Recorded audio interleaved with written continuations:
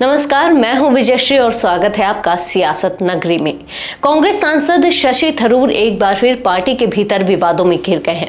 Operation सिंदूर की सफलता के बाद भारत सरकार ने अंतर्राष्ट्रीय स्तर पर पाकिस्तान के उग्रवाद परस्त छवि उजागर करने के लिए सर्वदलीय प्रतिनिधिमंडल भेजा है। इसी क्रम में शशि थरूर पनामा में एक बहुपक्षीय कार्यक्रम में शामिल हुए। वहां उन्होंने बयान दिया कि बीजेपी सरकार में पहली बार सर्जिकल स्ट्राइक की गई, जिस पर सियासत गर्मा गई।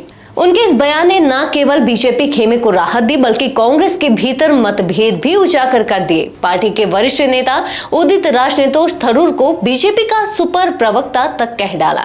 उन्होंने तंज कसते हुए कहा, जो बात बीजेपी नेता नहीं कहते वो थरूर कह रहे हैं।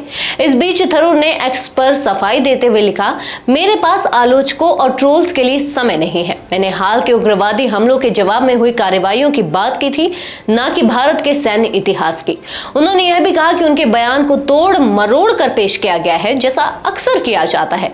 थरूर ने आगे लिखा, पनामा में एक लंबे दिन के बाद मुझे आधी रात को बोगोटा कोलंबिया की यात्रा करनी है। मेरे पास वाकई इससे बेहतर काम है।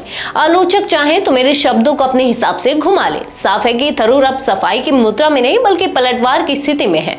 शशि थरूर ने जो कहा उससे पाकिस्तान को कड़ा संदेश तो गया, लेकिन कांग्रेस को यह रुख रास नहीं आया। पार्टी ने यह भी साफ किया कि थरूर के विचार कांग्रेस के आधिकारिक लाइन नहीं है। उल्लेखनीय है कि थरूर ने पनामा में कहा था कि भारत को निशाना बनाने वाले उग्रवादियों को अब यह स्पष्ट हो गया है कि उन्हें इसकी कीमत चुकानी पड़ेगी। उन्होंने उरी हमले के बाद की गई 2016 के सर्जिकल स्ट्राइक का हवाला देते हुए भारत की सख्त नीति की प्रशंसा की, लेकिन बीजेपी समर्थकों ने इसे सच का स्वीकार बताया। वहीं कांग्रेस के भीतर इसे गैर जिम्मेदाराना करार दिया गया।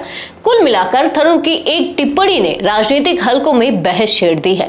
क्या वह विदेश नीति में राष्ट्रहित को प्राथमिकता दे रहे हैं या फिर पार्टी लाइन से भटक रहे हैं?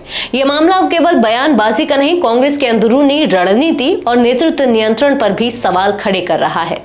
आज के लिए बस इतना ही। अगर आपके इलाके में कोई राजनीतिक लापरवाही, भ्रष्टाचार या जनहित से जुड़ी समस्या है तो अब चुप मत रहिए, अपनी शिकायत हमें भेजिए। सियासत नगरी आपके आवाज को मंच देगा और जवाबदेही तय करेगा, क्योंकि अब हर सवाल होगा सीधा सत्ता से।